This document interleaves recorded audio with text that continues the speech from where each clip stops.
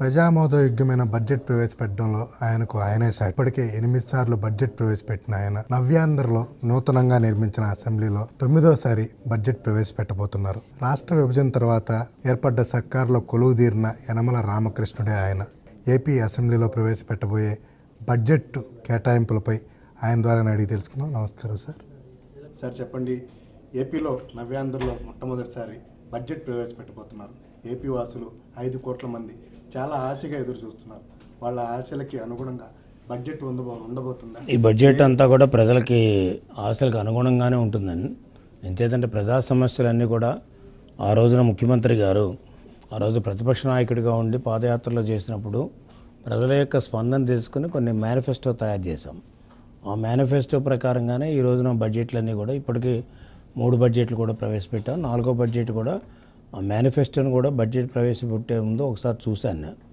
ముఖ్యమంత్రి గారు కూడా చూశారు. ఏమైనా మిగిలినటువంటి సమస్యలు ఉంటే ఈ బడ్జెట్లో అడ్రస్ చేయాలని. అంచేత ఇప్పటికే చాలా వరకు అడ్రస్ చేశాం. కాకపోతే ఇంకా డీటెయిల్డ్గా అడ్రస్ చేయాలనేటువంటి ఉద్దేశంతో ముఖ్యంగా వెల్ఫేర్లో సంబంధించినంత వరకు కూడా ఈబీసీస్ కానీ, మోస్ట్ బ్యాక్వర్డ్ క్లాస్ కానీ, యూత్ కానీ వీళ్ళకి ఒక ప్రాధాన్యత ఇవ్వాలనేటువంటిది ఒక నిర్ణయించుకోవడం జరిగింది. అవి కూడా రిఫ్లెక్ట్ అవుతాయి. అదేవిధంగా ఇండస్ట్రీకి సంబంధించినంత వరకు కూడా ఎంఎస్ఎంఈ చాలా ఇంపార్టెంట్ సెక్టారు. ఎంచేదంటే చాలామంది ఎంప్లాయ్మెంట్ క్రియేట్ చేసేటువంటి సెక్టార్ కాబట్టి దాన్ని కూడా ప్రత్యేకంగానేటువంటి అడ్రస్ చేస్తున్నాం. అవన్నీ కూడా రివైవ్ చేయడానికి ప్రయత్నాలు చేస్తున్నాం. ఈ స్ట్రక్చరల్ చేంజెస్లో మీ గ్రోత్ రేట్ ఒక్కో సెక్టార్లో పెరుగుతూ ఉంటుందండి.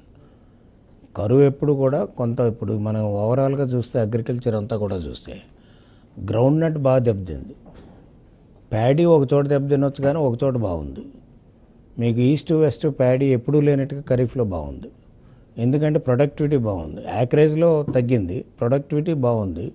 అట్లాగే various each sector each crop చూడాలి. మేజ్ బ్రహ్మాండంగా ఉంది. అన్ని క్రాప్స్లో గ్రౌండ్ నట్ ఒకటే బాగాలేదు. ఎంచేత గ్రౌండ్ నట్ రిఫ్లెక్ట్ అయింది. ఎంచేత అంటే ఎక్కడైతే ఆ రాయలసీమలో కడప కానీ అనంతపూర్ కానీ ఎక్కడైతే డ్రౌట్ ఉందో అక్కడ గ్రౌండ్ నట్ వేసే ప్రాంతాలు కాబట్టి గ్రౌండ్ నట్ దెబ్బతింది. అంచేత ఈ ఎనలైజ్ చేసి చూడాలి తప్ప డ్రౌట్ ఉంది కాబట్టి గ్రోత్ ఉండటానికి వీల్లేదని చెప్పడం అనేటువంటిది అవగాహన లోపం అంతే. సరే, ఈ బడ్జెట్లో నిరుద్యోగ వృత్తికి మహిళలకి ప్రాధాన్యత ఉండే అవకాశం ఉందంటారు. అంటే యూత్లో కూడా మహిళలు ఉంటారు కదా, మహిళల్లో కూడా యూత్ ఉంటారు. వాళ్ళకి యూత్ పాలసీ అప్లై అవుతుంది. ఈసారి బడ్జెట్ ప్రజారంజకంగానే ఉంటుంది. యువతకి అత్యంత ప్రాధాన్యతనిస్తాము, ఎన్నికల మేనిఫెస్టోలోని అన్నింటినీ అమలు చేస్తాము అని చెప్పి ఆర్థిక మంత్రి యనమల రామకృష్ణ స్పష్టం చేస్తున్నారు. కెమెరా హరితో మధు, స్నేహ టీవీ, వెలగపూడి.